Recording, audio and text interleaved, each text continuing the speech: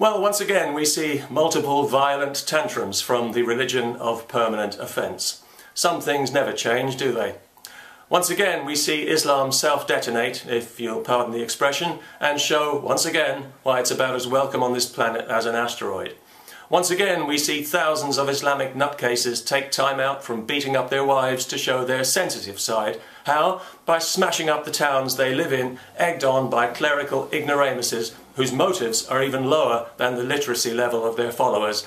And once again we in the civilized world are being urged to censor ourselves out of respect for a religion that violates the human rights of half the people on the planet and that doubles as a political ideology indistinguishable from Nazism. It would be funny if it wasn't so obscene. Or should that be the other way round? To call these riots infantile and imbecilic is to give them a dignity they don't deserve. They can only be described as Islamic. Let me get this straight.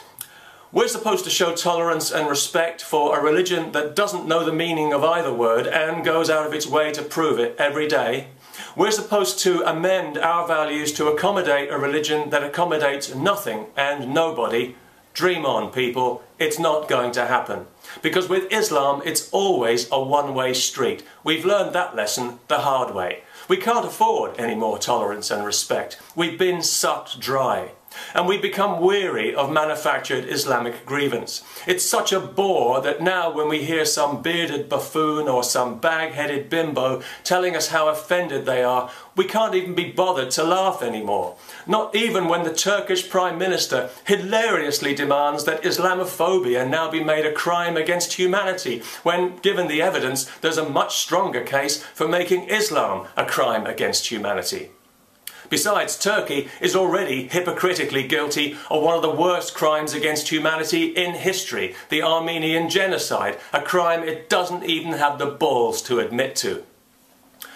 When Muslims start showing the same level of outrage about things that are genuinely offensive, like the thousands of women and girls who are murdered and mutilated and raped every year in their countries, then we might take them a bit more seriously.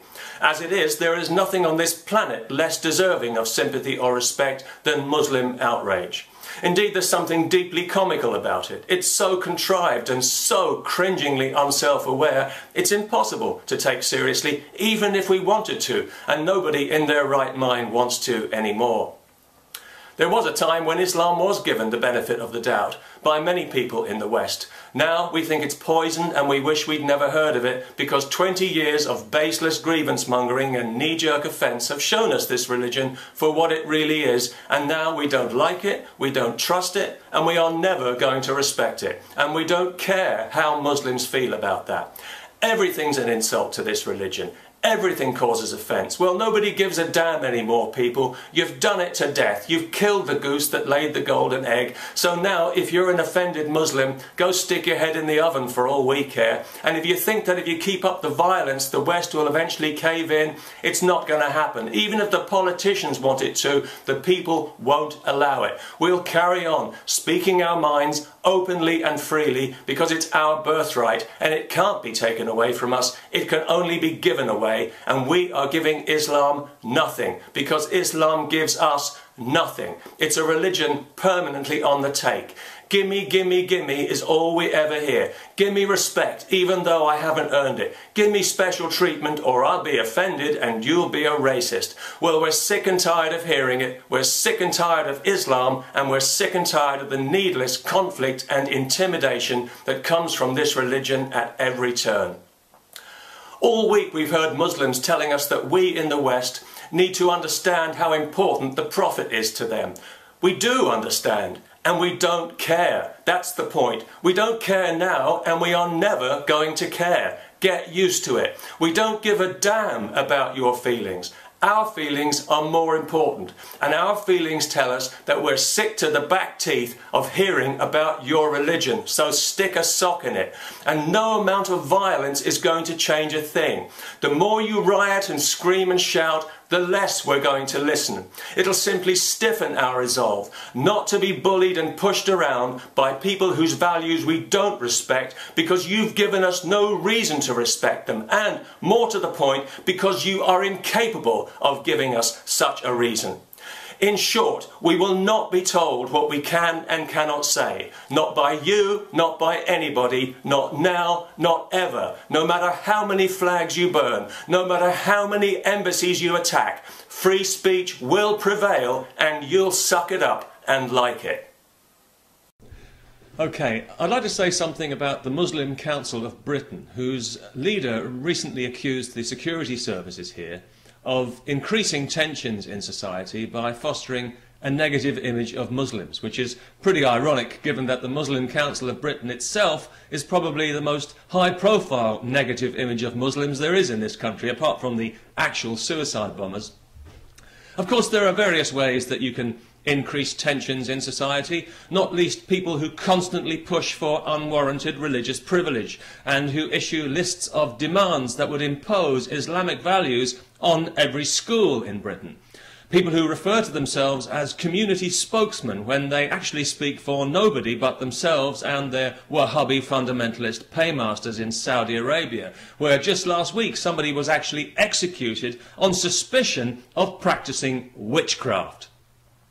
Intolerant misogynists who were given a free platform to insult this country during Remembrance Week by comparing Britain with Nazi Germany in a tasteless and calculated slur, guaranteed and doubtless intended to insult and offend every grieving war widow in the land.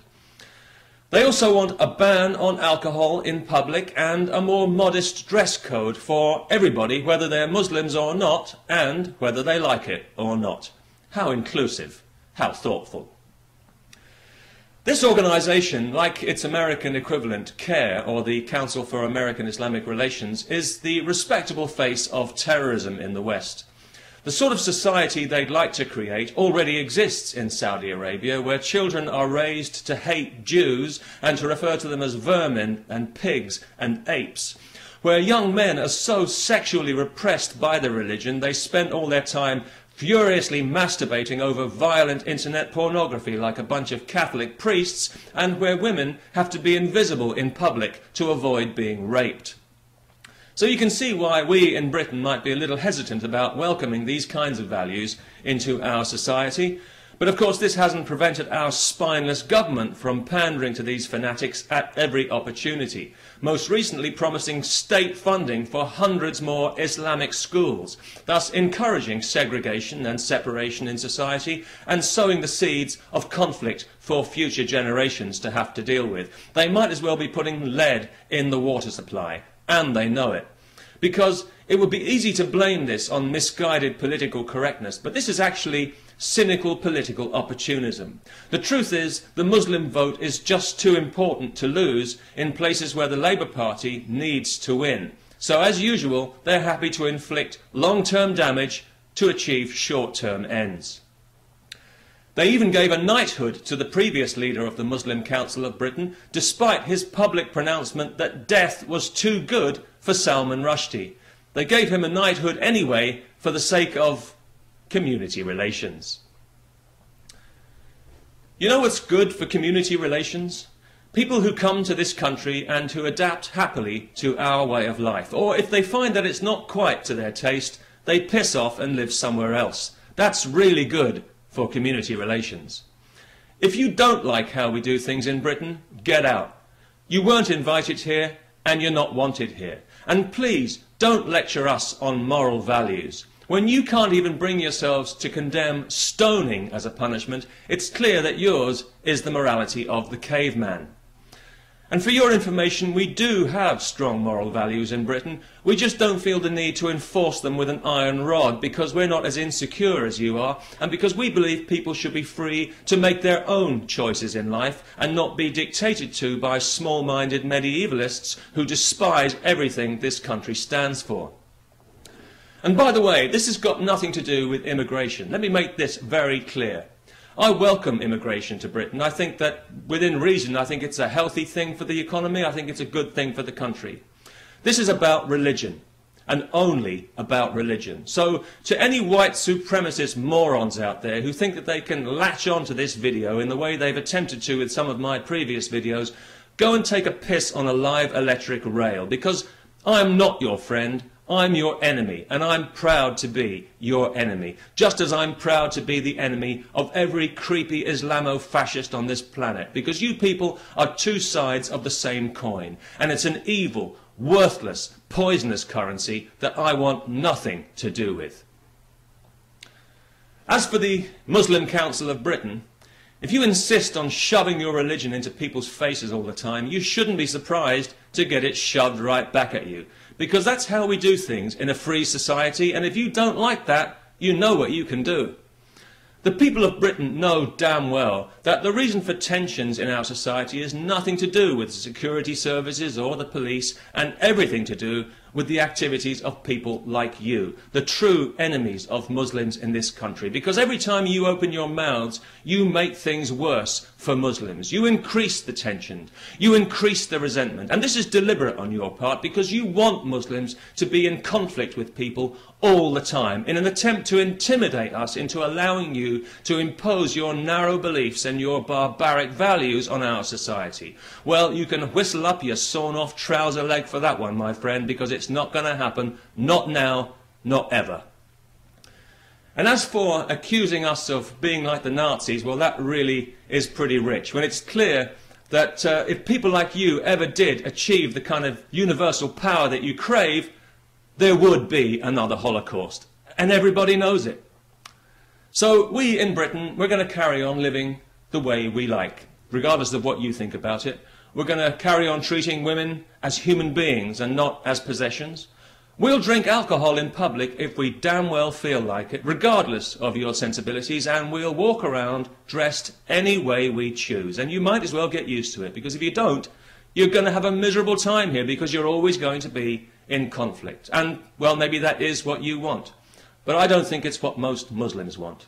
Because to my mind, if religion has a legitimate purpose, it's not as a vehicle for conquering and subduing people, as you seem to believe, but as a personal means, and I do mean personal, as a personal means of achieving a peaceful heart, which is, I think, its only legitimate purpose.